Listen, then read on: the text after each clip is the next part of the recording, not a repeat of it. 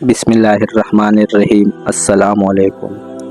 حضرت نوح علیہ السلام پہلے رسول ہے۔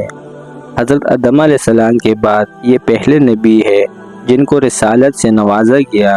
صحیح مسلم باب شفاعت میں حضرت ابو ہریرہ رضی اللہ عنہ سے ایک طویل روایت ہے۔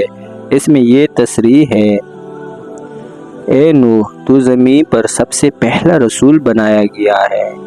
نسب نامہ: علم انساب کے ماہرین نے حضرت نوح علیہ السلام کا نسب نامہ اسی طرح بیان کیا ہے: نوح بن لامک بن متوشالہ بن احنوح یا حنوح بن یار بن محلیل بن کینان بن انوش بن شیش علیہ السلام بن آدم علیہ السلام۔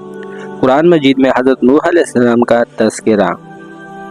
قرآن مجید کے معجز نمنظم کلام کی یہ سنت ہے کہ وہ تاریخی واقعات میں سے جب کسی واقعے کو بیان کرتا ہے تو اپنے مقصد، وعظ و تذکیر کے پیش نظر واقعے کی انہی جزئیات کو نقل کرتا ہے جو مقصد کے لیے ضروری ہے، اور اجمال و تفصیل اور تکرار واقعہ میں بھی صرف ایک ہی مقصد اس کے سامنے ہوتا ہے، اور وہ یہ ہے: موعظت و عبرت کا مقصد ہے۔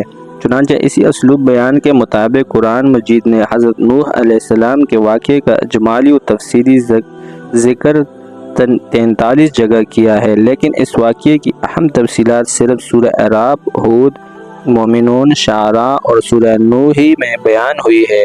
چنانچہ ہم نے انہی صورتوں کے تناظر میں یہ مجموعہ مرتب کیا ہے۔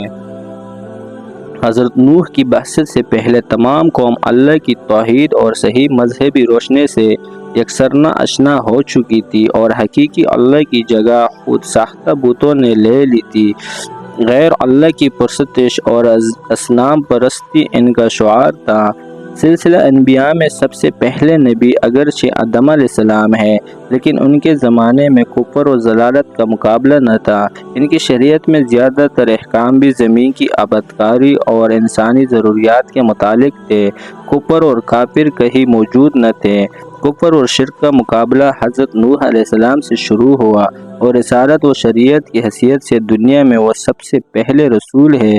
اس کے علاوہ طوفان میں پوری دنیا غرق ہو جانے کے بعد جو لوگ باقی رہے وہ حضرت نوح علیہ السلام اور ان کے ربقہ و سفینہ تھے۔ انہیں سے نئی دنیا آباد ہوئی، اسی لیے ان کو آدم اصغر کہا جاتا ہے۔ یہی وجہ ہے کہ قصص انبیاء کا آغاز بھی انہی سے کیا گیا ہے، جن میں 950 برس کی طویل عمر میں ان کی پیغمبرانہ جدوجہد اور اس پر اکثر امت کی کوجری اور اس کے نتیجے میں بجزیہ تھوڑے سے مومنین کے باقی سب کا غرق ہونا بیان ہوا ہے۔ حضرت نوح علیہ السلام آدم علیہ السلام کی 8ویں پشت میں ہے۔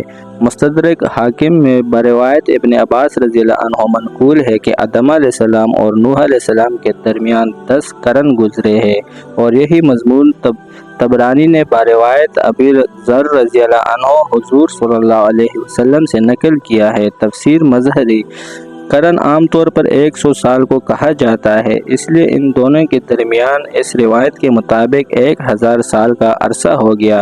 ابن جریر نے نقل کیا ہے کہ نوح علیہ السلام کی ولادت حضرت آدم علیہ السلام کی وفات سے 826 سال بعد ہوئی، اور بتصریح قرآن ان کی عمر 925 سال ہوئی، اور آدم علیہ السلام کی عمر کے متعلق ایک حدیث میں ہے کہ 40 کم 1000 سال ہے۔ اسی طرح آدم علیہ السلام کی پیدائش سے نوح علیہ السلام کی وفات تک کل 2856 سال ہو جاتے ہیں۔ لیکن بظاہر اس کے حساب میں غلطی ہوئی۔ ہود مظہری کی بیان کردہ تفصیل کے مطابق حضرت نوح علیہ السلام کی کل عمر 1050 سال ہوئی، کیونکہ 950 سال جو قرآن میں مذکور ہے وہ نبوت کے بعد اور طوفان سے پہلے کی مدت پر مشتمل ہے۔ نبوت 40 سال کی عمر میں ملی، اور طوفان کے بعد بھی وہ 60 سال زندہ رہے۔ اسی طرح کل مدت 2852 کے بجائے 2862 سال بنتی ہے، اور اگر حضرت نوح علیہ السلام کی کل عمر 1050 کے بجائے 950 قرار دی جائے جیسے کہ مصنف نے ذکر کیا ہے تو کل مدت قرار پاتی ہے۔ نوح علیہ السلام کا اصلی نام شاکر اور بعض روایت میں سکن اور بعض میں عبدالغفار آیا ہے۔ اس میں اختلاف ہے کہ ان کا زمانہ حضرت ادریس علیہ السلام سے پہلے یا بعد میں۔ اکثر صحابہ کا قول یہ ہے کہ حضرت نوح علیہ السلام ادریس علیہ السلام سے پہلے ہے۔ مستدرک حاکم میں بروایت ابن عباس رضی اللہ عنہ منقول ہے کہ رسول اللہ صلی اللہ علیہ وسلم نے فرمایا کہ نوح علیہ السلام کو 40 سال کی عمر میں نبوت عطا ہوئی اور طوفان کے بعد 60 سال زندہ رہیں۔ جزاک اللہ۔